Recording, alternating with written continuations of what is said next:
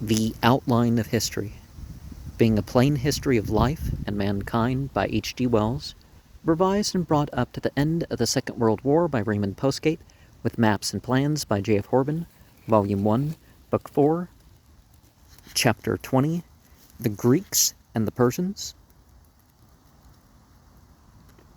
Section 1, The Hellenic Peoples. Section 2, Distinctive Features of Hellenic Civilization.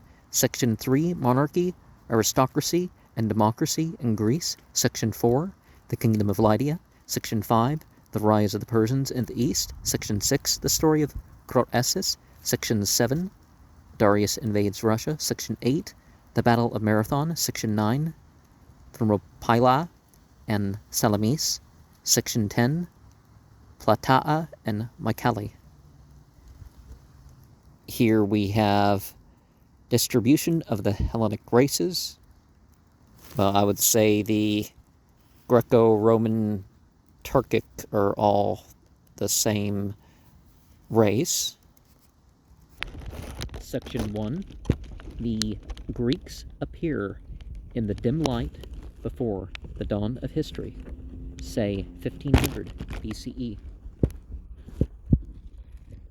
As one of the wandering, imperfectly nomadic Aryan peoples, who were gradually extending the range of their pasturage southward into the Balkan Peninsula and coming into conflict and mixing with that preceding Achaean civilization of which Knossos was the crown. In the Homeric poems, these Greek tribes speak one common language, and a common tradition upheld by the epic poems keeps them together in a loose unity. They call their various tribes by a common name, Hellenes. They probably came in successive waves. Three main variations of the ancient Greek speech are distinguished: the Ionic, the Aeolic, and the Doric. There was a great variety of dialects. The Ionians seem to have preceded the other Greeks and to have mixed very immediately with the civilized people they overwhelmed. Racially, people of such cities as Athens and Miletus may have been less Nordic than Mediterranean. The Doric apparently constituted the last, most powerful, and least civilized wave of the migration. These Hellenic tribes conquered and largely destroyed the Achaean civilization that had preceded their arrival. Upon its ashes, they built up a civilization of their own. They took to the sea and crossed by way of the islands to Asia Minor, and sailing through the Dardanelles and Bosphorus, spread their settlements along the south and presently along the north borders of the Black Sea. They spread also over the south of Italy, which was called at last Magna Graecia, and round the northern coast of the Mediterranean they founded the town of Marseille on the site of an earlier Phoenician colony. Now, do they mean in France, or do they mean Marseilles?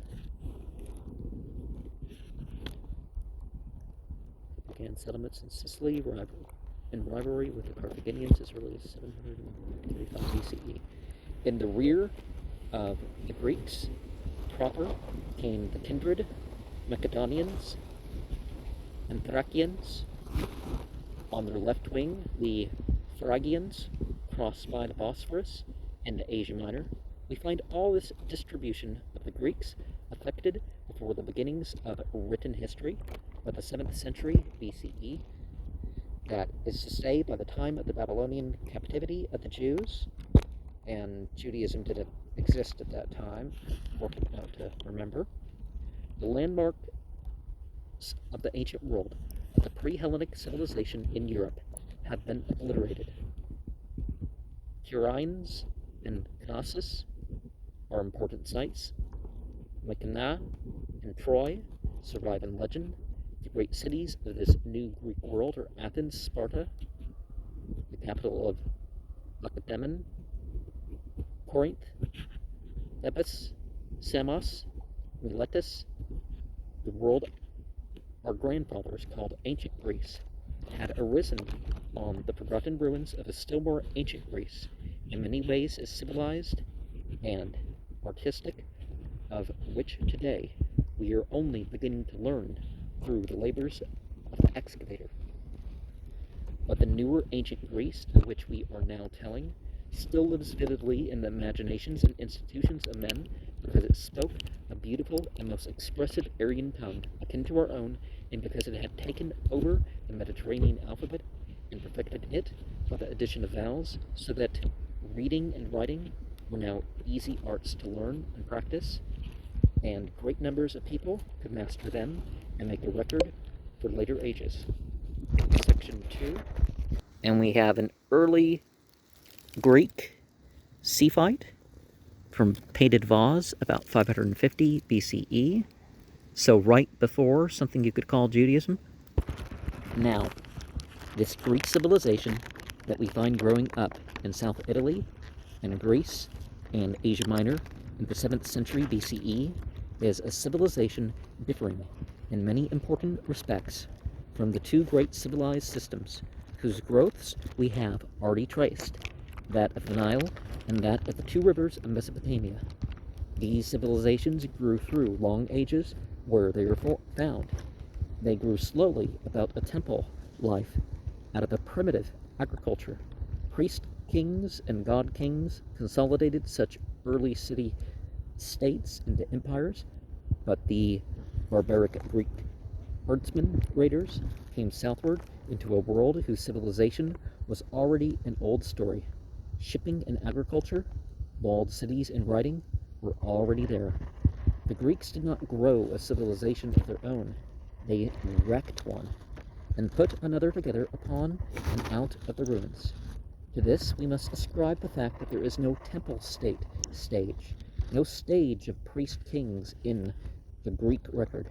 The Greeks got at once to the city organization that in the east had grown round the temple. They took over the association of temple and city. The idea was ready-made for them. What impressed them most about the city was probably its wall. It is doubtful if they took to city life and citizenship straight away. At first, they lived in open villages outside the ruins of the cities they had destroyed, but there stood the model for them, a continual suggestion. They thought first of a city as a safe place in time of strife, and of the temple, uncritically, as a proper feature of the city.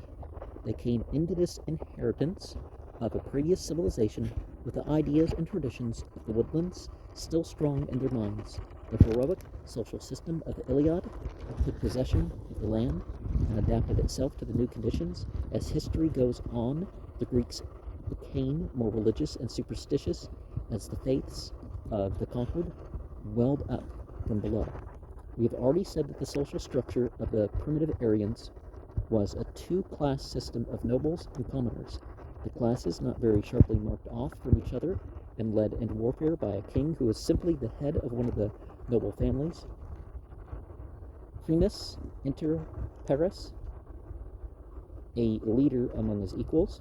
With the conquest of the aboriginal population and with the building of towns, there was added to this simple social arrangement of two classes, a lower stratum of farm workers and skilled and unskilled workers who were for the most part slaves. But all the Greek communities were not of this conquest type.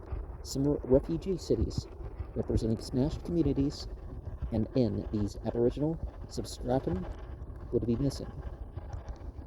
In many other former cases, the survivors of the earlier population formed a subject class, slaves of the state as a whole, as, for instance, the Helots in Sparta. That's a good Tad song. The nobles and commoners became landlords and gentlemen farmers. It was they who directed the shipbuilding and engaged in trade, but some of the poorer free citizens followed mechanic arts, and, as we have already noted, would even pull an oar in a galley for pay. Such priests as there were in this Greek world were either the guardians of shrines and temples or sacrificial functionaries. Aristotle, in his Politics, makes them a mere subdivision of his official class. The citizen served as warrior in youth, ruler in his maturity, priest in his old age. The priestly class, in comparison with the equivalent class in Egypt and Babylonia, was small and insignificant. The gods of the Greeks proper, the gods of the heroic Greeks, were, as we have already noted, glorified human beings, and they were treated without very much fear or awe. But beneath these gods of the conquering freemen lurked other gods of the subjected peoples, who found their furtive followers among slaves and women. The original Aryan gods were not expected to work miracles or control men's lives. But Greece, like most of the Eastern world in the 1,000 years BCE, was much addicted to consulting oracles or soothsayers. Delphi was particularly famous for its oracle. When the oldest men in the tribe could not tell you the right thing to do, says Gilbert Murray, you went to the blessed dead. All oracles were at the tombs of heroes. They told you what was themis, what was the right thing to do, or as religious people would put it now, what was the will of the god. The priests and priestesses of these temples were not united into one class, nor did they exercise any power as a class. It was the nobles and free commoners, the two classes which, in some cases, merged into one common body of citizens, who constituted the Greek state. In many cases, especially in the great city-states, the population of slaves and unenfranchised strangers greatly outnumbered the citizens. But for them, the state existed only by courtesy. It existed legally for the select body of citizens alone. It might or might not tolerate the outsider and the slave, but they had no legal voice in their treatment any more than if it had been a despotism. This is a social structure differing widely from that of the Eastern monarchies. The exclusive importance of the Greek citizen reminds one a little of the exclusive importance of the children of Israel in the later Jewish state, but there is no equivalent on the Greek side to the prophets and priests, nor to the idea of an overruling Jehovah. While Yahweh is God as a verb and noun, so there were probably monotheists in all cultures. Another contrast between the Greek states and any of the human communities to which we have hitherto given attention is their continuous and incurable division. The civilizations of Egypt, Sumer, China, and no doubt North India all began in a number of independent city-states, each one a city with a few miles of dependent agricultural villages and cultivation around it. But out of this phase, they passed by a process of coalescence into kingdoms and empires. But to the very end of their independent history, the Greeks did not coalesce. Commonly, this is ascribed to the geographical conditions under which they lived. Greece is a country cut up into a multitude of valleys by mountain masses and arms of the sea that render intercommunication difficult. So difficult that a few cities were able to hold many of the others in subjection for any length of time. Moreover, many Greek cities were on islands and scattered along remote coasts. To the end, the largest city-states of Greece remained smaller than many English counties, and some had an area of only a few square miles. Athens, one of the largest of the Greek cities, at the climax of its power, had a population of perhaps 1/3 Few other Greek cities exceeded 50,000. Of this number, half or more were slaves and strangers, and 2/3 of the free body women and children. Section 3. The government of these city-states varied very widely in its nature. As they settled down after the conquest, the Greeks retained, for a time, the rule of their kings, but these kingdoms drifted back more and more to the rule of the aristocratic class. In Sparta, Lacedaemon kings were still distinguished. In the 6th century BCE, the Lacedaemonians had a curious system of double kingship. Two kings drawn from different royal families ruled together, but most of the Greek city-states had become aristocratic republics long before the 6th century. There is, however, a tendency toward slackness and inefficiency in most families that ruled by hereditary right. Sooner or later they declined, and as the Greeks got out upon the seas and set up colonies, and commerce extended, new rich families arose to jostle the old and bring new personalities into power. These nouveaux riches became members of an expanded ruling class, a mode of government known as oligarchy, in opposition to aristocracy, though strictly the terms oligarchy equals government by the few, should include hereditary aristocracy as a special class. In many cities, persons of exceptional energy, taking advantage of some social conflict or class grievance, secured a more or less irregular power in the state. This combination of personality and opportunity has occurred in the United States of America, for example, where men exercising various kinds of informal power are called bosses. In Greece, they were called tyrants, but the tyrant was rather more than a boss. He was recognized as a monarch and claimed the authority of the monarch. The modern boss, on the other hand, shelters behind legal forms which he has got hold of and uses for his own ends. Tyrants were distinguished from kings who claimed some sort of right, some family priority, for example, to rule. They were supported perhaps by the poorer class with a grievance. Pisistratus, for example, who was tyrant of Athens with 2 intervals of exile between 560 and 527 BCE, was supported by the poverty-stricken Athenian hillmen. Sometimes, as in Greek Sicily, the tyrant stood for the rich against the poor.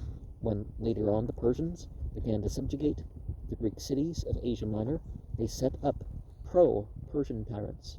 Aristotle, the great philosophical teacher, who was born under the hereditary Macedonian monarchy, who was, for some years, tutor to the king's son, distinguishes in his politics between kings who ruled by an admitted and inherited right, such as the king of Macedonia, whom he served, and tyrants who ruled without the consent of the governed.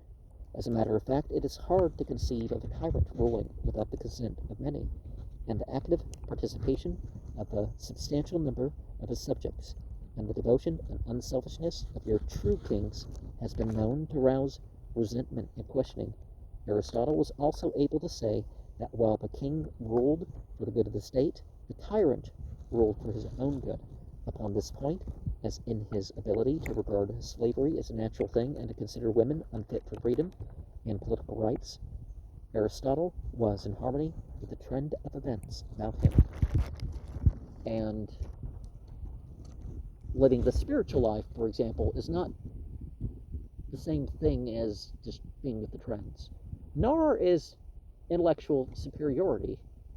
It's not about what the trend of what are the ethics of your society. You should have some sort of real morals or something, right? The third form of government that prevailed increasingly in Greece in the 6th, 5th,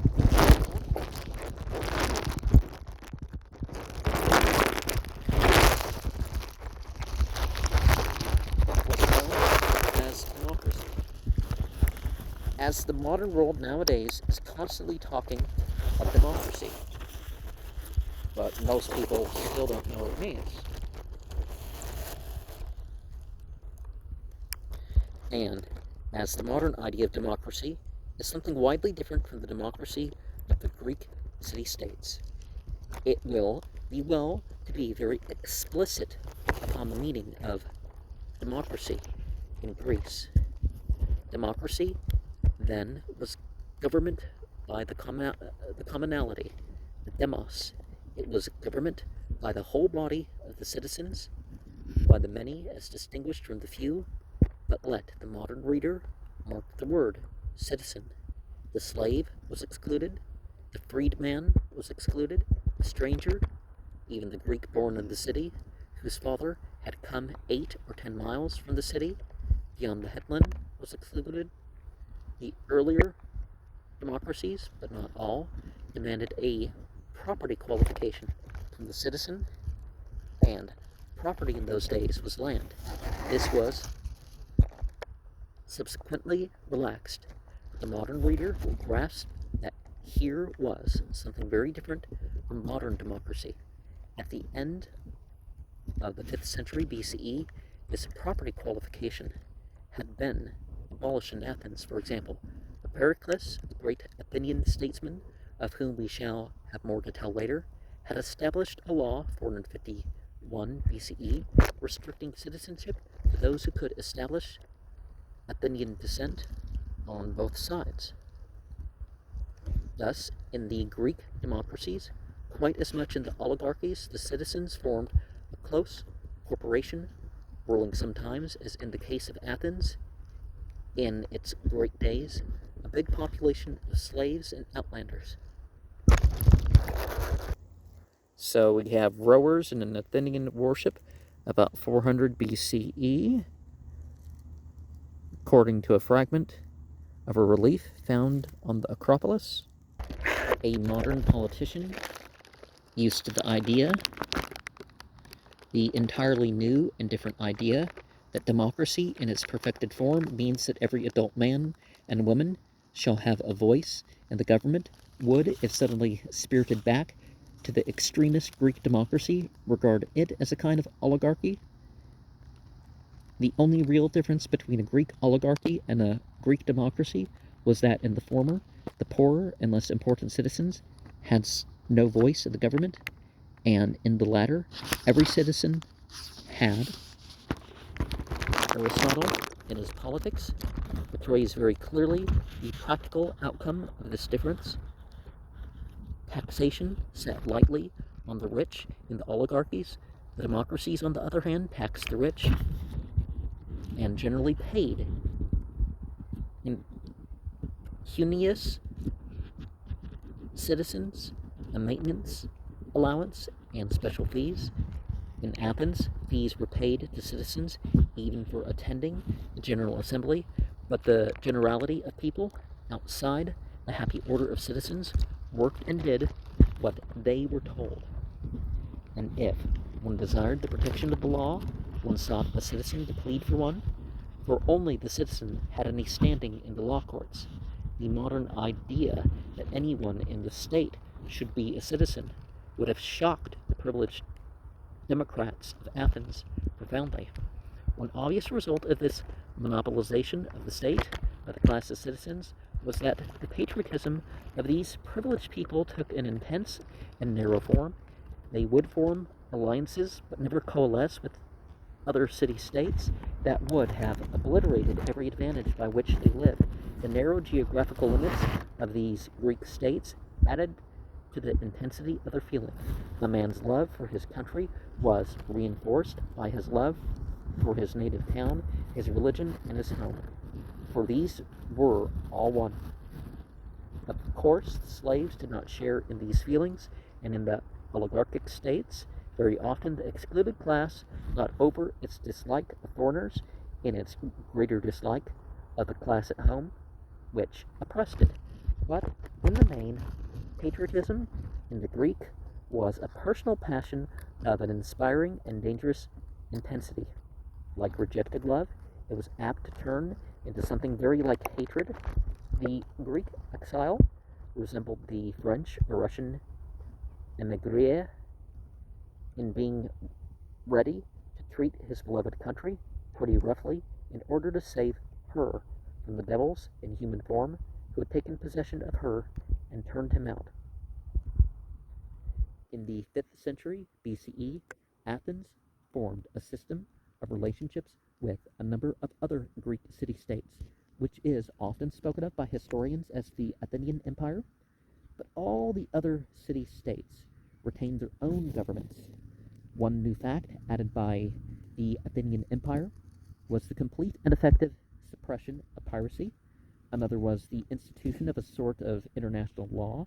The law indeed was Athenian law, but actions could now be brought and justice administered between citizens of the different states of the league, which of course had not been possible before. The Athenian Empire had really developed out of a league of mutual defense against Persia. Its seat had originally been in the island of Delos, and the allies had contributed to a common treasure at Delos. The treasure of Delos was carried off to Athens because it was exposed to a possible Persian raid. Then one city after another offered a monetary contribution instead of military service, with the result that in the end Athens was doing almost all the work and receiving almost all the money. She was supported by one or two of the larger islands. The league in this way became gradually an empire, but the citizens of the allied states remained, except where there were special treaties of intermarriage and the like, practically foreigners to one another, and it was chiefly the poorer citizens of Athens who sustained this empire by their most vigorous and incessant personal service. Every citizen was liable to military service at home or abroad between the ages of 18 and 60, sometimes on purely Athenian affairs and sometimes in defense of the cities of the empire whose citizens had bought themselves off. There was probably no single man over 25 in the Athenian assembly who had not served in several campaigns in different parts of the Mediterranean or Black Sea, and who did not expect to serve again. Modern imperialism is denounced by its opponents as the exploitation of the world by the rich. Athenian imperialism was the exploitation of the world by the poorer citizens of Athens. Another difference from modern conditions, due to the small size of the Greek city-states, was that in a democracy, every citizen had the right to attend and speak and vote in the popular assembly. For most cities, this meant a gathering of only a few hundred people. The greatest had no more than some thousands of citizens. Nothing of this sort is possible in a modern democracy with perhaps 7 million voters. A modern citizen's voice in public affairs is limited to the right to vote for one or other of the party candidates put before him. He or she is then supposed to have assented to the resultant government. Aristotle, who would have enjoyed the electoral methods of our modern democracies, keenly points out very subtly how the outlying farmer class of citizens in a democracy can be virtually disenfranchised by calling the popular assembly too frequently for the regular attendance. The later Greek democracies, 5th century, the appointment of public officials, except in the case of officers requiring very special knowledge, was by casting lots. This was supposed to protect the general corporation of privileged citizens from the continued predominance of rich, influential, and conspicuously able men. Some democracies, Athens and Miletus, for example, had an institution called the ostracism, from ostrakon, a title. The voter wrote a name on a tile or shell, by which, in times of crisis and conflict, the decision was made whether some citizen should go in exile for 10 years. This may strike a modern reader as an envious institution, but that was not its essential quality. It was, says Gilbert Murray, a way of arriving at a decision in a case when political feeling was so divided as to threaten a deadlock. There were, in the Greek democracies, parties and party leadership, but no regular government in office and no regular opposition. There was no way, therefore, of carrying out a policy, although it might be the popular policy if a strong leader or a strong group stood out against it. But by the ostracism, the least popular or the least trusted of the chief leaders in the divided community was made to retire for a period without loss of honor or property. This institution of the ostracism has immortalized one obscure and rather illiterate member of the democracy of Athens, a certain Aristides, had gained a great reputation in the law courts for his righteous dealing. He fell into a dispute with Themistocles upon a question of naval policy. Aristides was for the army, Themistocles was a strong navy man, and a deadlock was threatened. There was resort to an ostracism to decide between them. Plutarch relates that as Aristides walked through the streets while the voting was in progress, he was accosted by a strange citizen from the agricultural environs, unaccustomed to the art of writing, and requested to write his own name on the proffered potsherd. But why, he asked, has Aristides ever injured you?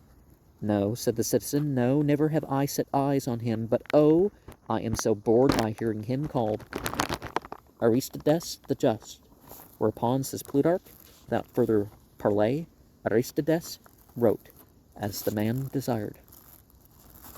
When one understands the true meaning of these Greek constitutions, and in particular the limitation of all power, whether in the democracies or the oligarchies, to a locally privileged class, one realizes how impossible was any effective union of the hundreds of Greek cities scattered about the Mediterranean region,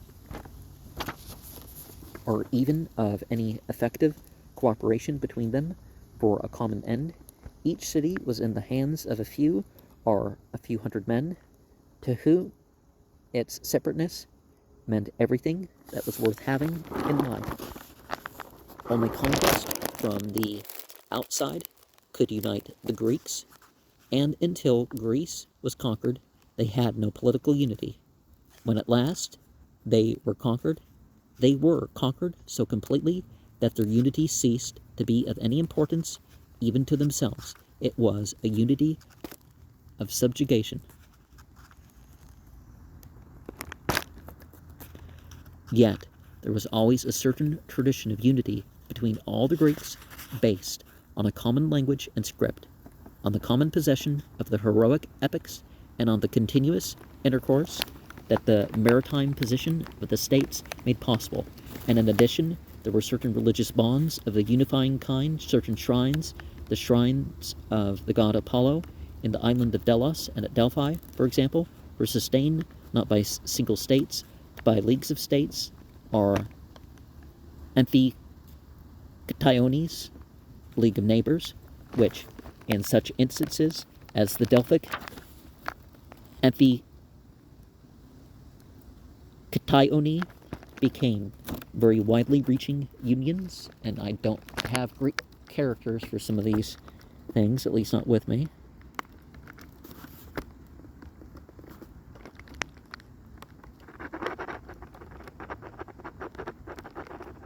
The League protected the shrine and the safety of pilgrims, kept up the roads leading thereunto, secured peace at the time of special festivals, upheld certain rules to mitigate the usages of war among its members, and the Delian League especially suppressed piracy. A still more important link of Hellenic union was the Olympic Games that were held every 4 years at Olympia. Foot races, boxing, wrestling, javelin throwing, quoit throwing, jumping, and chariot and horse racing were the chief sports, and a record of victors and distinguished visitors was kept. From the year 776 BCE onward, these games were held regularly for over 1,000 years, and they did much to maintain that sense of a common Greek life, pan-Hellenic, transcending the narrow politics of the city-states. 776 BCE is the year of the first Olympiad, a valuable starting point in Greek chronology. Such links of sentiment and association were of little avail against the intense separatism of the Greek political institutions. From the history of Herodotus, the student will be able to gather a sense of the intensity and persistence of the feuds that kept the Greek world in a state of chronic warfare. In the old days, say to the 6th century BCE, fairly large families prevailed in Greece, and something of the old Aryan household system with its strong clan feeling and its capacity for maintaining an enduring feud, still remained. The history of Athens circles for many years about the feud of two great families, the Achaemenida,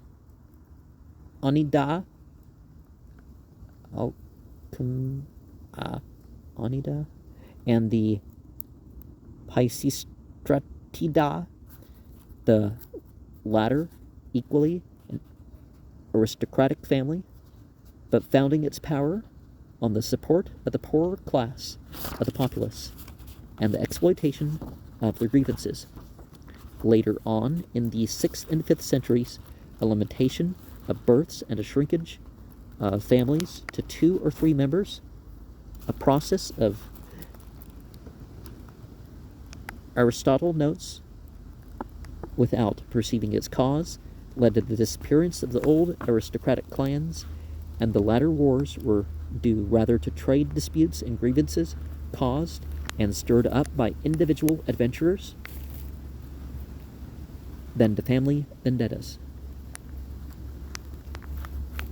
It is easy to understand, in view of this intense separatism of the Greeks, and how readily the Ionians of Asia and of the islands fell first under the dominion of the kingdom of Lydia, and then under that of the Persians. When Cyrus overthrew Croesus, the king of Lydia, they rebelled only to be reconquered. Then came the turn of the European Greece. It is a matter of astonishment. The Greeks themselves were astonished to find that Greece itself did not fall under the dominion of the Persians, whose barbaric Aryan masters of the ancient civilizations of Western Asia. But before we tell of this struggle, we must give some attention to these Asiatics against whom the Greeks were pitted, and particularly to these Medes and Persians, who by 538 BCE were already in possession of the ancient civilization of Assyria, Babylonia, and about to subjugate Egypt. Section 4. We have had occasion to mention the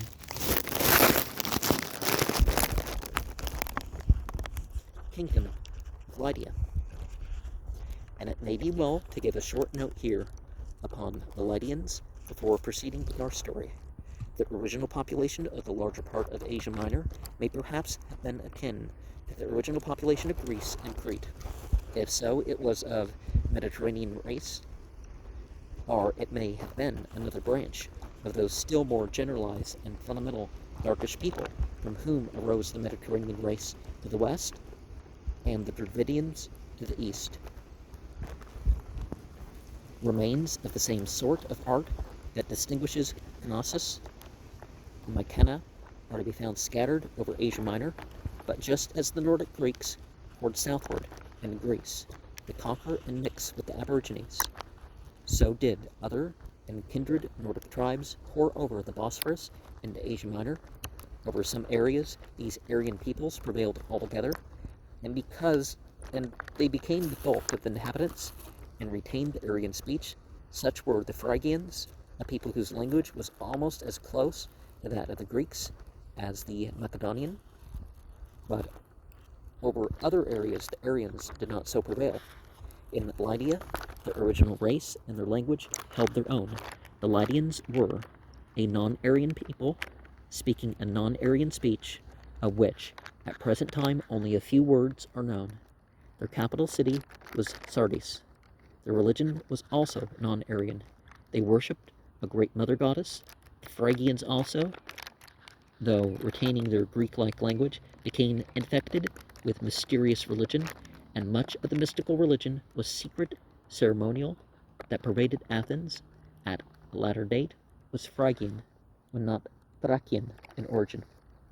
At first the Lydians held the western seacoast of Asia Minor, but they were driven back from it by the establishment of Ionian Greeks coming by the sea and founding cities. Later on, however, these Ionian Greek cities were brought into subjection by the Lydian kings. The history of this country of Lydia is still not clearly known, and were it known, it would scarcely be of sufficient importance to be related in this historical outline.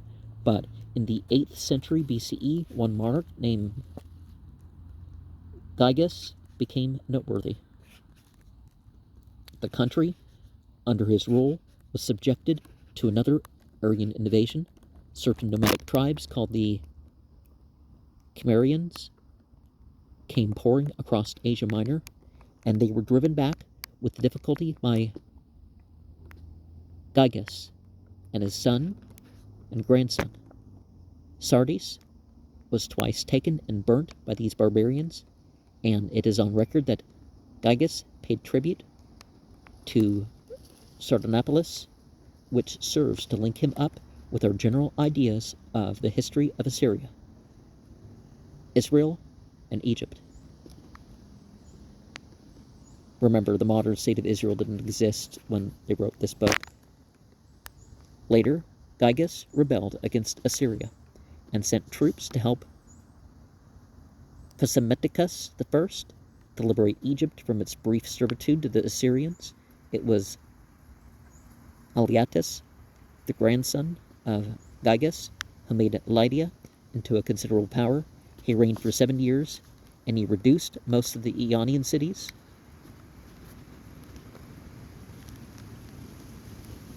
of Asia Minor to subjection. The country became the center of a great trade between Asia and Europe. It had always been productive and rich in gold, and now the Lydian monarch was reputed the richest in Asia. There was a great coming and going between the Black and Mediterranean seas, and between the East and West. Lydia was reputed to be the first country in the world to produce coined money and to provide the convenience of inns for travelers and traders. The Lydian dynasty seems to have been a trading dynasty of the type of Minos and Crete, with a banking and financial development. So much we may note of Lydia by way of preface to the next section.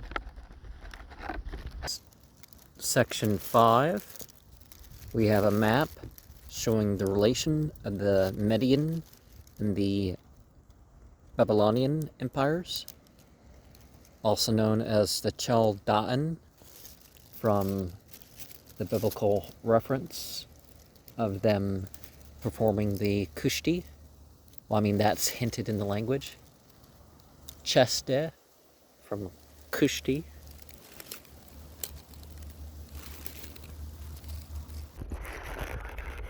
Now, while one series of Aryan-speaking invaders have developed along the lines we have described in Greece, Magna Graecia, and around the shores of the Black Sea, another series of Aryan-speaking peoples whose originally Nordic blood was perhaps already mixed with a Mongolian element were settling and spreading to the north and east of the Assyrian and Babylonian empires. We have already spoken of the arc-like dispersion of the Nordic Aryan peoples to the north of the Black and Caspian seas. It was probably by this route that the Indo-Persian Aryan-speaking races gradually came down into what is now the Persian country and spread on the one hand eastward to India, 2000 to 1000 BCE, on the other increased and multiplied in the Persian uplands until they were strong enough to assail first Assyria, 650 BCE, and then Babylonia, 538 BCE. There is much that is not yet clear about the changes of climate that have been going on in Europe and Asia during the last 10,000 years.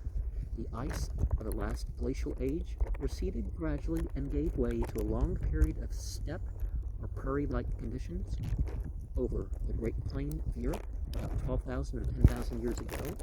As it is reckoned now, this state of affairs was giving place to forest conditions. We have already noted how, as a consequence of these changes, the Solutrean horse hunters gave place to Magdalenian fishers and forest deer hunters, and these again to the Neolithic herdsmen and agriculturists. For some thousands of years, the European climate seems to have been warmer than it is today.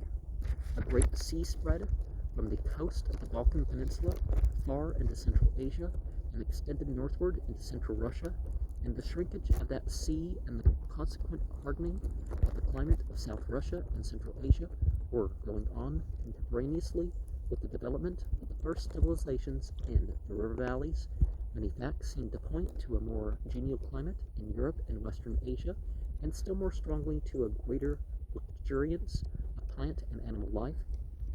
4,000 to 3,000 years ago than we find today, there were forests then in South Russia and in the country which is now Western Turkestan, where now steppes and deserts prevail. On the other hand, between 1,500 and 2,000 years ago, the Aral Caspian region was probably drier, and those seas smaller than they are at the present time. We may note in this connection that Thutmose III, say the 15th century BCE, in his expedition beyond the Euphrates, hunted a herd of 120 elephants in that region. Again, an Aegean dagger from Mycenae, dating about 2000 BCE, shows a lion hunt in progress. The hunters carry big shields and spears and stand in rows, one behind the other. The first man spears the lion, and when the wounded beast leaps at him, drops flat under the protection of his big shield, leaving the next man to repeat his stroke, and so on, until the lion is speared to death. This method of hunting is practiced by the Maasai today, and could only have been worked out by a people in a land where lions were abundant. But abundant lions imply abundant game, and that again means abundant vegetation. About 2000 BCE, the hardening of the climate in the central parts of the Old World, to which we have already referred, was turning the faces of the nomadic Aryan peoples southward towards the fields and forests of the more settled and civilized nations. Lions, we may note, lingered in the Balkan Peninsula till about the 4th century BCE, if not later. Elephants had perhaps disappeared from Western Asia by the 8th century BCE. The lion, much bigger than the existing form, stayed on in southern Germany till the Neolithic period. Scythians and pre-existing representations of the ancient Scythians from a Greek electrum vase. The panther inhabited Greece, southern Italy, and southern Spain till the beginning of the historical period, say 1000 BCE. The Aryan peoples came down from the East Caspian regions into history about the time that Mycenae and Troy and Knossos are falling to the Greeks. It is difficult to disentangle the different tribes and races that appear under a multitude of names in the records and inscriptions that record the first appearance. But fortunately, these distinctions are not needed in elementary, out-of-line outlines such as the present history. A people called the Cimmerians appear in the districts of Lakes, Urmia, and Mon, and shortly after the Aryans had spread from Armenia to Elam in the 9th century BCE, a people called the Medes, very closely related to the Persians, to the east of them appear in the Assyrian inscriptions. Tiglath, Pileser III, and Sargon II, names already familiar in this story, profess to have made them pay tribute. They are spoken of in the inscriptions as the dangerous Medes. They are, as yet, a tribal people, not united under one king. About the 7th century BCE, Elam and the Elamites, whose capital was Susa, a people which possessed a tradition and civilization at least as old as the Sumerian, suddenly vanished from history. We do not know what happened. They seem to have been overrun and the population absorbed by the conquerors. Susa is in the hands of the Persians, a fourth people related to these Aryan tribes who appear at this time in the narrative of Herodotus, or the Scythians. For a while, the monarchs of Assyria play off these various kindred peoples, the Cimmerians, the Medes, the Persians, and the Scythians against each other. Assyrian princesses, the daughter of Esarhaddon, for example, are married to Scythian chiefs. Nebuchadnezzar the Great, on the other hand, marries a daughter of the Cyaxares, who has become the king of all the Medes. The Aryan Scythians are for the Semitic Assyrians, the Aryan Medes for the Semitic Babylonians. It was this Hyarxis, who took Nineveh, the Assyrian capital, in 606 BCE, and so released Babylon from the Assyrian yoke to establish under the Chaldean rule the Second Babylonian Empire. The Scythian allies of Assyria drop out of the story after this. They go on living their own life away to the north without much interference with the peoples to the south. A glance at the map of this period shows how, for 2/3 of a century, the Second Babylonian Empire lay like a lamb within the embrace of the Median line. Into the internal struggles of the Medes and the Persians that ended at last in the accession of Cyrus the Persian to the throne of Hyarxis in 550 BCE, we will not enter. In that year, Cyrus was ruling over an empire that reached from the boundaries of Lydia to Persia and perhaps to India. Nabonidus, the last of the Babylonian rulers, was, as we have already told, digging up old records and building temples in Babylonia. Section 6. But one monarch in the world was alive to the threat of the new power that lay in the hands of Cyrus. This was Croesus, the Lydian king. His son had been killed in a very tragic manner, which Herodotus relates, but which we will not describe here, says Herodotus. For 2 years then, Croesus remained quiet in great mourning because he was deprived of his son. But after this period of time, the overthrowing of the rule of the son of Cyrus by Cyrus and the growing greatness of the Persians caused Croesus to cease from his mourning and led him to a care of cutting short the power of the Persians, if by any means he might, while yet it was in growth, and before they should have become great. He then made trial of the various oracles to the Lydians, for to carry these gifts to the temples. Croesus gave charge that they should ask the oracles this question, whether Croesus should march against the Persians, and if so, whether he should join with himself any army of men as his friends. And when the Lydians had arrived at the palaces to which they had been sent, and had dedicated the votive offerings, they inquired of the oracles, and said, Croesus, king of the Lydians and of other nations, considering that these are the only true oracles among men, presents to you gifts such as your revelations deserve, and asks you again now whether he shall march against the Persians, and if so, whether he shall join with himself any army of men as allies. They inquired thus, and the answers of both the oracles agreed in one, declaring to Croesus that if he should march against the Persians, he should destroy a great empire. So when the answers were brought back and Croesus heard them, he was delighted with the oracles, and expecting that he would certainly destroy the kingdom of Cyrus, he sent again to Pytho, and presented to the men of Delphi, having ascertained the number of them, 2 staters of gold for each man.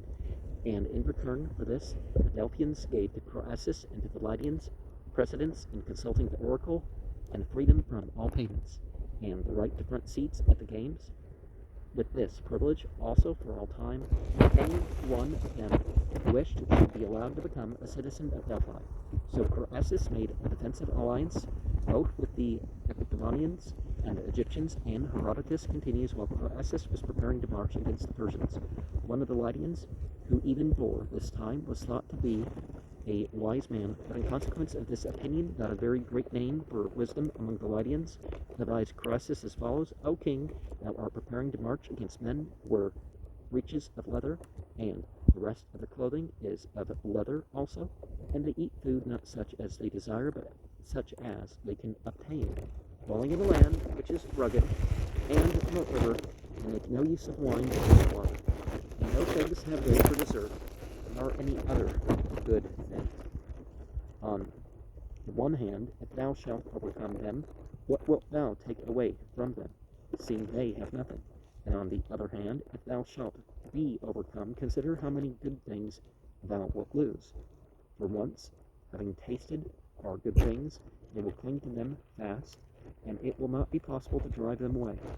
I, for my own part, feel gratitude to the gods that they do not put it into the minds of the Persians to march against the Lydians. Thus he spoke, not persuading Croesus. For it is true indeed that the Persians, before they subdued the Lydians, had no luxury, nor any good thing. Well, the last part's definitely an exaggeration. Croesus and Cyrus fought an indecisive battle at Pteria, from which Croesus retreated. Cyrus followed him up, and he gave battle outside his capital town of Sardis. The chief strength of the Lydians lay in their cavalry. They were excellent, if undisciplined, horsemen, and fought with long spears. Cyrus, when he saw the Lydians being arrayed for battle, fearing their horsemen, did, on the suggestion of Harpagus, a meed as follows. All the camels which were in the train of his army carrying provisions and baggage, he gathered together, and took off their burdens, and set men upon them provided with equipment of cavalry. And having thus furnished them forth, he appointed them to go in front of the rest of the army towards the horsemen of Croesus, and after the camel troop he ordered the infantry to follow, and behind the infantry he placed his whole force of cavalry. Then, when all his men had been placed in their several positions, he charged them to spare none of the other Lydians, slaying all who might come in their way. But Croesus himself they were not to slay, not even if he should make resistance when he was being captured. Such was his charge, and he set the camels opposite the horsemen for this reason, because the horse has a fear of the camel and cannot endure either to see his form or to scent his smell, and for this reason then the trick had been devised, in order that the cavalry of Croesus might be useless, that very force wherewith the Lydian king was expecting most to shine. And as they were coming together to the battle, so soon as the horses scented the camels and saw them, they turned away, and the hopes of Croesus were at once brought to naught. In 14 days Sardis was stormed, and Croesus taken prisoner. So the Persians, having taken him, brought him into the presence of Cyrus, and he piled up a great pyre, and caused Croesus to go up upon it, bound in fetters, and along with him twice 7 sons of Lydians, whether it was that he meant to dedicate this offering as first fruits of his victory to some god, or whether he desired to fulfill a vow, or else he had heard that Croesus was a god-fearing man, and so caused him to go up on the pyre, because he wished to know if any one of the divine powers would save him, so that he should not be burnt alive. He, they say, did this. But to Croesus, as he stood upon the pyre, there came, although he was in such evil case, a memory of the saying of Solon, how he had said with divine inspiration that no one of the living might be called happy. And when this thought came into his mind, they say that he sighed deeply and groaned aloud, having been for long silent, and 3 times he uttered the name of Solon. Hearing this, Cyrus bade the interpreters ask Croesus who was this person on whom he called. And they came near and asked, and Croesus for a time, it is said, kept silence when he was asked this. But afterwards, being pressed, he said, one whom more than much wealth I should have desired to have speech with all monarchs. Then, since his words were of doubtful import, they asked again of that which he said. And as they were urgent with him, and gave him no peace, he told how once Solon, an Athenian, had come, and having inspected all his wealth, had made light of it, with such and such words, and how all had turned out for him according as Solon had said, not speaking at all, especially with a view to Croesus himself, but with a view to the whole human race, and especially those who seemed to themselves to be happy men. And while Croesus related these things already, the pyre was lighted, and the edges of it round about were burning. Then they say that Cyrus, hearing from the interpreters what Croesus had said, changed his purpose, and considered that he himself also was but a man, and that he was delivering another man who had been not inferior to himself in felicity, alive to the fire, and moreover he feared the requital, and reflected that there was nothing of that which men possessed which was secure, Therefore, they say, he ordered them to extinguish as quickly as possible the fire that was burning, and to bring about Croesus and those who were with him from the pyre. And they, using endeavors, were not able now to get the mastery of the flames. Then it is related by the Lydians that Croesus, having learned how Cyrus had changed his mind, and seeing that everyone was trying to put out the fire, but that they were no longer able to check it, cried aloud, entreating Apollo that if any gift had ever been given by him which was acceptable to the god, he would come to his aid and rescue him from the evil which was now upon him. So he with tears entreated the god, and suddenly, they say, after clear sky and calm weather, clouds gathered, and a storm burst, and it rained with a very violent shower, and the pyre was extinguished. Then Cyrus, having perceived that Croesus was a lover of the gods and a good man, caused him to be brought down from the pyre, and asked him as follows: Croesus, tell me, who of all men was it who persuaded thee to march upon my land, and so to become an enemy to me instead of a friend? And he said, O king, I did this to thy felicity, and to my own misfortune. And the causer of this was the god of the Hellenes, who incited me to march with my army, for no one is so senseless as to choose of his own will war rather than peace, since in peace the sons bury their fathers, but in war the fathers bury their sons. But it was pleasing, I suppose, to the divine powers that these things should come to pass thus. Well, just because something happens and it's not stopped by the spiritual powers doesn't mean the spiritual powers have approved it. But Herodotus is too alluring a companion for one who would write an outline of history, and the rest of the life of Croesus and how he gave wise counsels to Cyrus must be read in his ampler page. When Lydia was subdued, Cyrus turned his attention to Demodocus in Babylon. He defeated the Babylonian army under Belshazzar outside Babylon, and then laid siege to the town. He entered the town in 538 BCE, probably, as we have already suggested, with the connivance of the priests of Bel. Section 7.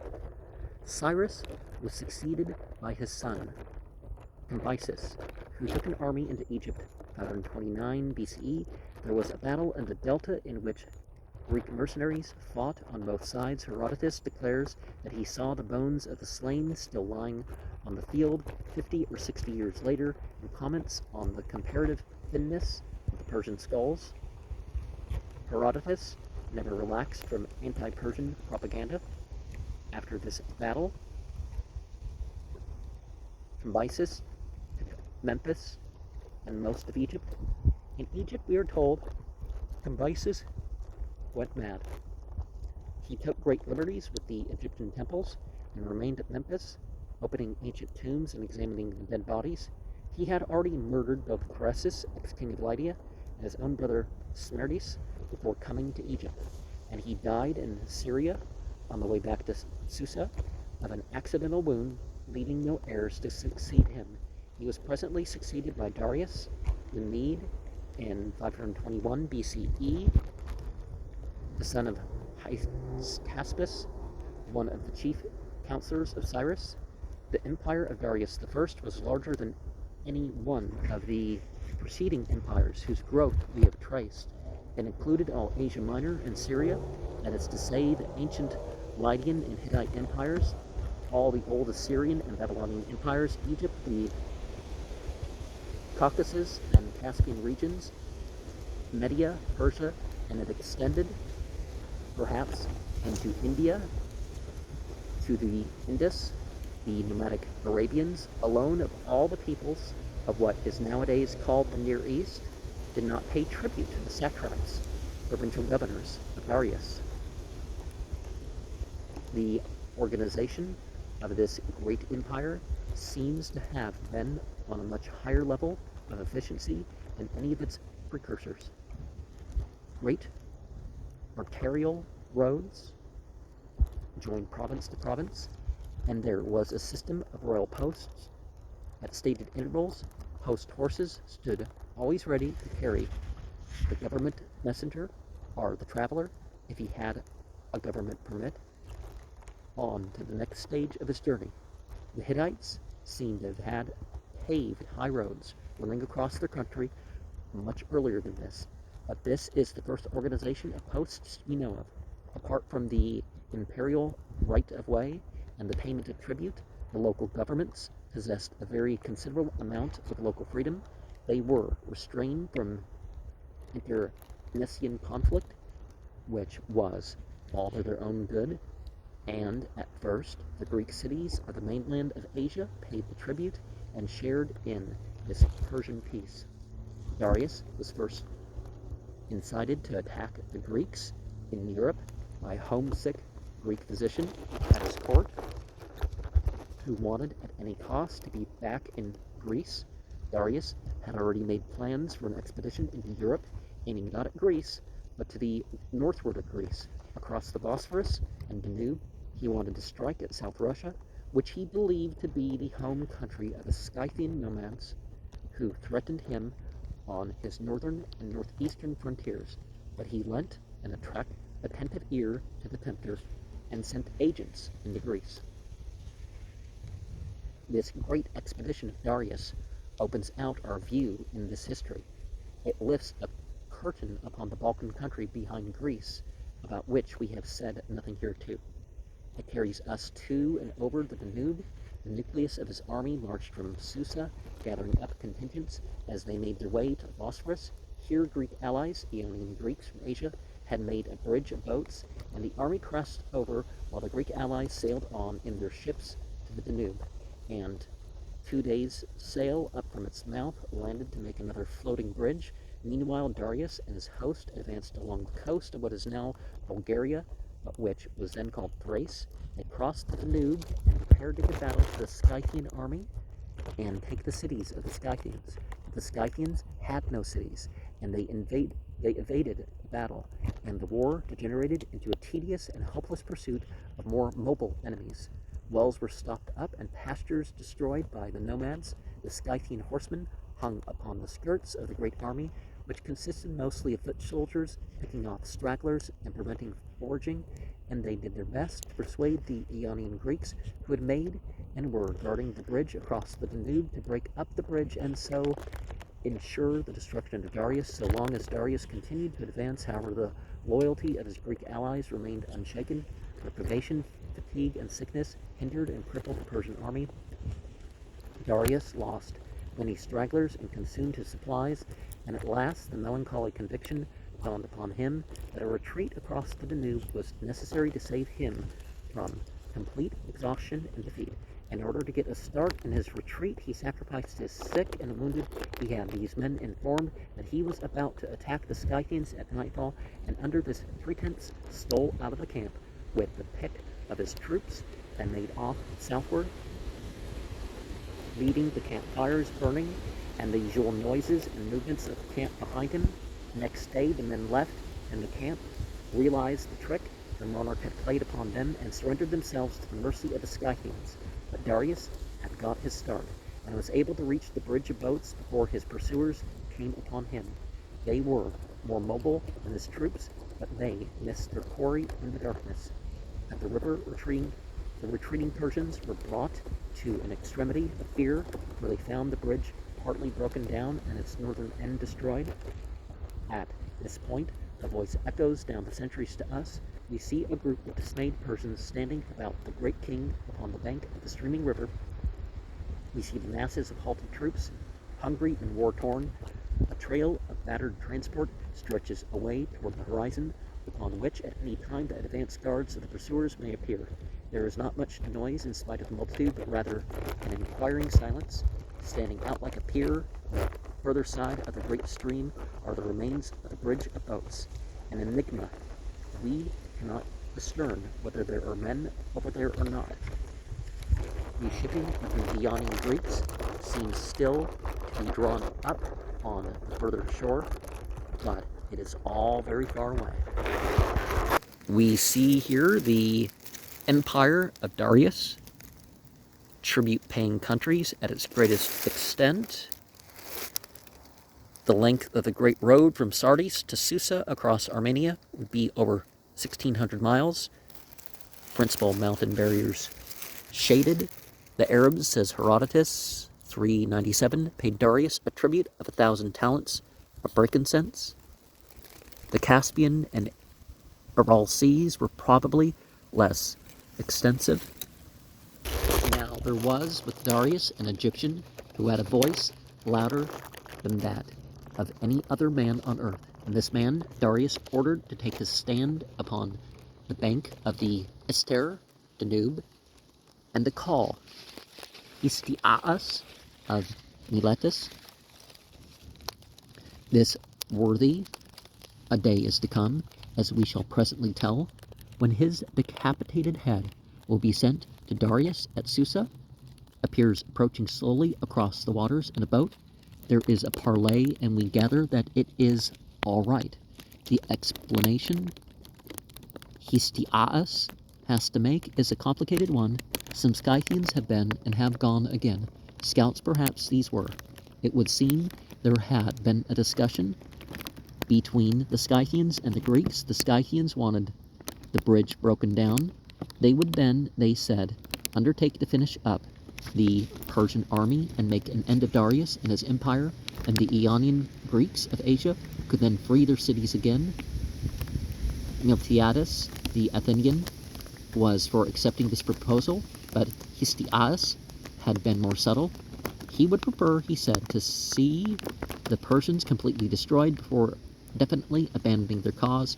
Would the Scythians go back and destroy the Persians to make sure of them, while the Greeks, on their part, destroyed the bridge? Anyhow, whichever side the Greeks took finally, it was clear to him that it would be wise to destroy the northern end of the bridge, because otherwise the Scythians might rush it. Indeed, even as they parleyed the Greeks to set to work to demolish the end that linked them to the Scythians as quickly as possible, the Scythians rode off in search of the Persians, and so left the Greeks safe in either event. If Darius escaped, they could be on his side. If he were destroyed, there was nothing of which the Scythians could complain. Histiaeus did not put it quite in that fashion to Darius. He had at least kept the shipping and most of the bridge. He represented himself as the loyal friend of Persia, and Darius was not disposed to be too critical. The Ionian ships came over with a sense of immense relief. The remnant of the wasted Persians were presently looking back at the steely flood of the Danube streaming wide between themselves and the pursuers. The pleasure and interest had gone out of the European expedition for Darius. He returned to Susa, leaving an army in Thrace under a trusted general, Megabazus. This Megabazus set himself to the subjugation of Thrace, and among other states which submitted reluctantly to Darius was the kingdom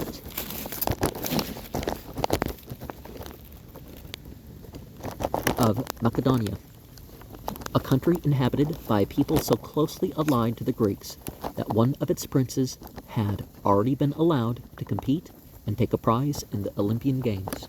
Darius was disposed to reward Histiaeus by allowing him to build a city for himself in Thrace, but Megabazus had a different opinion of the trustworthiness of Histiaeus and prevailed upon the king to take him to Susa, and under the title of counselor to keep him a prisoner there. Histiaeus was at first flattered by this court position, and then realized its true meaning. The Persian court bored him, and he grew homesick for Miletus. He set himself to make mischief, and was able to stir up a revolt against the Persians among the Ionian Greeks on the mainland. The twistings and turnings of the story, which included the burning of Sardis by the Ionians and the defeat of a Greek fleet at the Battle of Lada, 495 BCE, are too complicated to follow here. It is a dark and intricate story of treacheries, cruelties, and hate, in which the death of the wily Histiaeus shines almost cheerfully. The Persian governor of Sardis, through which town he was being taken on his way back to Susa as a prisoner, having much the same opinion of him as Megabazus had, and knowing his ability to humbug Darius, killed him there and then and sent on the head only to his master.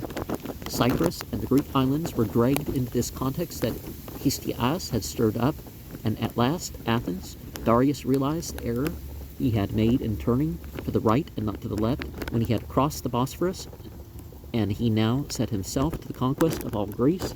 He began with the islands. Tyre and Sidon, those great Semitic trading cities, were subject to Persia, and ships of the Phoenician and of the Ionian Greeks provided the Persians with a fleet by means of which one Greek island after another was subjugated. Section 8. The first attack upon Greece proper was made in 490 BCE. It was a sea attack upon Athens, with the force long and carefully prepared for the task, the fleet being provided with specially built transports for the conveyance of horses. This expedition made a landing near Marathon in Attica. The Persians were guided into Marathon by a renegade Greek, Hippias, the son of Pisistratus, who had been a tyrant of Athens. If Athens fell, then Hippias was to be its tyrant, under the protection of the Persians. Meanwhile, so urgent was the sense of a crisis in the affairs of Hellas that a man, a herald and a runner, went from Athens to Sparta, forgetful of all feuds, to say, Lacedaemonians, the Athenians make request of you to come to their help, and not to allow a city most anciently established among the Hellenes to fall into slavery by the means of barbarians. For even now, Eretria has been enslaved, and Hellas has become the weaker by a city of renown. So here we have a map of the wars of the Greeks and the Persians. This man, Pides, did the distance from Athens to Sparta, nearly 100 miles as the crow flies, and much more if we allow for the contours and the windings of the way, in something under 8 and 40 hours. But before the Spartans could arrive on the scene, the battle was joined. The Athenians charged the enemy. They fought in a memorable fashion, for they were the first of all the Hellenes, about whom we know who went to attack the enemy at a run. And they were the first also who endured to face the Median garments, and the men who wore them, and the men who wore them were, as up to this time, the very name of the Medes was to the Hellenes a terror to hear. The Persian wings gave before this impetuous attack, but the center held. The Athenians, however, were cool as well as vigorous. They let the wings run and closed in on the flanks of the center, whereupon the main body of the Persians fled to their ships. 7 vessels fell into the hands of the Athenians. The rest got away, and after a futile attempt to sail round to Athens and seize the city before the Greek army returned thither, the fleet made a retreat to Asia. Let Herodotus close the story with a paragraph that still further enlightens us upon the tremendous prestige of the Medes at this time. Of the Lacedaemonians, there came to Athens 2,000 after the full moon, making great haste to be in time, so that they arrived in Attica on the 3rd day after leaving Sparta. And though they had come too late for the battle, yet they desired to behold the Medes, and accordingly they went on to Marathon and looked at the bodies of the slain, and afterwards they departed home, commending the Athenians and the work which they had done. Section 9. So Greece, unified for a while by fear, gained her first victory over Persia. The news came to Darius simultaneously with the news of a rebellion in Egypt, and he died while still undecided in which direction to turn. His son and successor, Xerxes, turned first to Egypt, and set up a Persian satrap there. Then for 4 years he prepared a second attack upon Greece, says Herodotus, who was, one must remember, a patriarchal Greek approaching now to the climax of his history. For what nation did Xerxes not lead out of Asia against Hellas? And what water was not exhausted, being drunk by his host, except only the great rivers, where some supplied ships, and others were appointed to serve in the land army, to some it was appointed to furnish cavalry, and to others vessels to carry horses, while they served in the expedition themselves also. Others were ordered to furnish ships of war for the bridges, and others begin ships with provisions. Xerxes passed into Europe, not as Darius did at the half-mile crossing of the Bosphorus, but at the Hellespont, the Dardanelles, in his account of the assembling of the great army and its march from Sardis to the Hellespont. The poet in Herodotus takes possession of the historian. The great host passes in splendor by Troy and Xerxes, who, although a Persian and a barbarian, seems to have had the advantages of a classical education, turns aside, says our historian, to visit the citadel of Priam.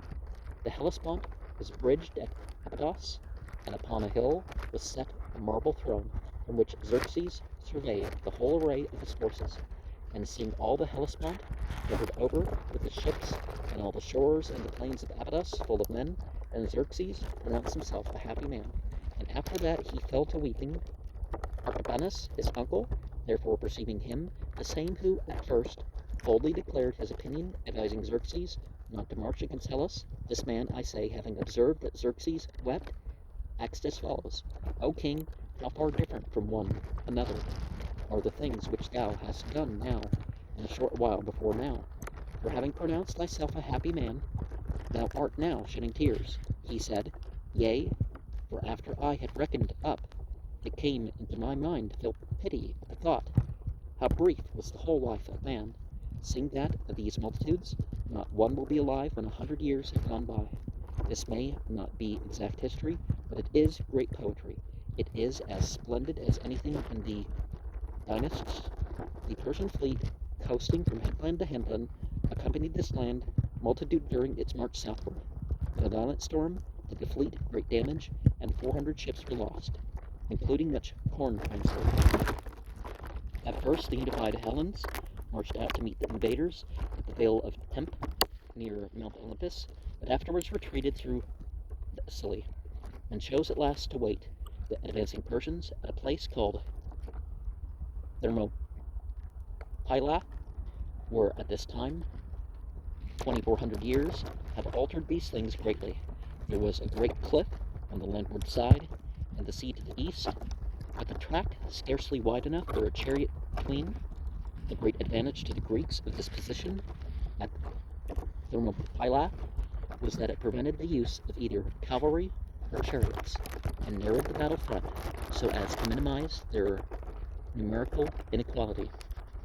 And there the Persians joined battle with them one summer day in the year 480 BCE. And so we have a monument of an Athenian foot soldier found at Marathon, and Erlon Apis Toklas. For 3 days the Greeks held this great army and did them much damage, with small loss to themselves. And then on the 3rd day a detachment of Persians appeared upon the rear of the Greeks, having learnt of a way over the mountains from a peasant. There were hasty discussions amongst the Greeks. Some were for withdrawing, some for holding out. The leader of the whole force, Leonidas, was for staying, and with him he would keep, he said, 300 Spartans. The rest of the Greek army could meanwhile make good its retreat to the next defensible pass. The Thespian contingent of 700, however, refused to fall back. They preferred to stay and die with the Spartans. Also, a contingent of 400 Thebans remained. As Thebes afterwards joined the Persians, there is a story that these Thebans were detained by force against their will, which seems, on military as well as historical grounds, improbable. These 1,400 stayed and were, after a conflict of heroic quality, slain to a man. 2 Spartans happened to be away, sick with ophthalmia. Ophthalmia, that's something about the eyes, right? When they heard the news, one was too ill to move. The other made his helot guide him to the battle, and there struck blindly until he was killed. The survivor, Aristodemus, was taken away with the retreating troops and returned to Sparta, where he was not actually punished for its conduct, but was known as Tressus, the man who retreated. It was enough to distinguish him from all other Spartans, and he got himself killed at the Battle of Plataea, a year later, performing prodigies of reckless courage. For a whole day, this little band had held the pass, assailed in front and rear by the entire force of the Persians. They had covered the retreat of the main Greek army, they had inflicted great losses on the invaders, and they had raised the prestige of the Greek warrior over that of the Mede, higher even than the victory of Marathon had done. The Persian cavalry and transport filtered slowly through the narrow passage of Thermopylae and marched on towards Athens, while a series of naval encounters went on at sea. The Hellenic fleet retreated before the advance of Persian shipping, which suffered seriously through its comparative ignorance of the intricate coasts and of the tricks of the local weather. Weight of numbers carried the Persian army forward to Athens. Now that Thermopylae was lost, there was no line of defense nearer than the Isthmus of Corinth, and this meant the abandonment of all the intervening territory, including Athens. The population had either to fly or submit to the Persians. Thebes, with all Boeotia, submitted and was pressed into the Persian army, except one town, Plataea, whose inhabitants fled to Athens. The turn of Athens came next, and great efforts were made to persuade her to make terms, but instead the whole population determined to abandon everything and take to the shipping. The women and non-combatants were carried to Salamis and various adjacent islands. Only a few people too old to move and a few dissidents remained in the town, which was occupied by the Persians and burnt. The sacred objects, statues, etc., which were burnt at this time, were afterwards buried in the Acropolis by the returning Athenians, and have been dug up in our own day, the marks of burning still visible upon them. Xerxes sent off a mounted messenger to Susa with the news, and he invited the sons of Pisistratus, whom he had brought back with him, to enter upon their inheritance and sacrifice after the Athenian manner upon the Acropolis. And if you know the method, comment. Meanwhile, the Hellenic Confederate fleet had come round to Salamis, and in the council of war there were bitter differences of opinion. Corinth and the states behind the Isthmus wanted the fleet to fall back to that position, abandoning the cities of Megara and Aegina. Themistocles insisted with all his force on fighting in the narrows of Salamis. The majority was steadily in favor of retreat when there suddenly arrived the news that retreat was cut off. The Persians had sailed round Salamis and held the sea on the other side. The news was brought by that Aristides, the just, of whose ostracism we have already told. His sanity and eloquence did much to help Themistocles. To harden the hesitating commanders, these two men had formerly been bitter antagonists, but with the generosity were in those days, they forgot their differences before the common danger. At dawn, the Greek ships pulled out to battle. The fleet before them was a fleet more composite and less united than their own, but it was about 3 times as great. On one wing were the Phoenicians, on the other the Ionian Greeks from Asia and the islands. Some of the latter fought stoutly. Others remembered that they too were Greeks. The Greek ships, on the other hand, were mostly manned by freedmen fighting for their homes. Throughout the early hours, the battle raged confusedly, and it became evident to Xerxes, watching the combat, that his fleet was attempting flight. The flight became disaster. Xerxes had taken a seat to watch the battle. He saw his galleys rammed by the ship prows of other galleys. His fighting men shot down, his ships boarded. Much of the sea fighting in those days was done by ramming. The big galleys bore down their opponents by superior weight of impact, or sheared off their oars and so destroyed their maneuvering power and left them helpless. Presently Xerxes saw that some of his broken ships were surrendering. In the water he could see the heads of Greeks swimming to land, but of the barbarians the greater number perished in the sea, not knowing how to swim. The clumsy attempt of the hard-pressed first line of the Persian fleet to put about led to indescribable confusion. Some were ran by the rear ships of their own side. This ancient shipping was poor, unseaworthy stuff by any modern standards. The west wind was blowing away many of the broken ships of Xerxes were now drifting away out of his sight to be wrecked on the coast beyond. Others were being towed toward Salamis by the Greece.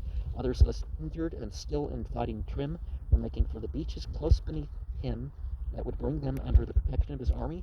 Scattered over the further sea beyond the headlands, remote and vague, were ships in flight and Greek ships in pursuit. Slowly, incident by incident, the disaster had unfolded under his eyes. You can imagine something of the coming and going of the messengers, the issuing of the futile orders, the changes of plan throughout the day. In the morning, Xerxes had come out, provided with tables to mark the most successful of his commanders for reward. In the gold of the sunset, he beheld the sea power of Persia utterly scattered, sunken, and destroyed, and the Greek fleet over against Salamis, unbroken and triumphant, ordering its ranks as if still incredulous of victory. Soldiers of the Persian bodyguard from the frieze in the audience hall of Darius at Susa. The Persian army remained as if in indecision for some days, close to the scene of the sea fight, and then began to retreat to Thessaly, where it was proposed to winter and resume the campaign. But Xerxes, like Darius I before him, had conceived a disgust for European campaigns. He was afraid of the destruction of the bridge of boats.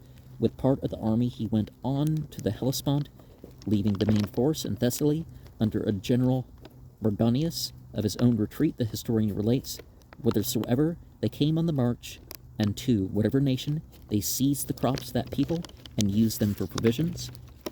And if they found no crops, then they took the grass which was growing up from the earth, and stripped off the bark from the trees, and plucked down the leaves, and devoured them, like of the cultivated trees and of those growing wild. And they left nothing behind them. Thus they did by reason of famine. Then plague, too, seized upon the army, and dysentery, which destroyed them by the way, and some of them also who were sick the king left behind, laying charge upon the cities where, at the time, he chanced to be in his march, to take care of them and support them. Of these he left some in Thessaly, and some in Syris, in Paeonia, and some in Macedonia. When passing on from Thrace, they came to the passage.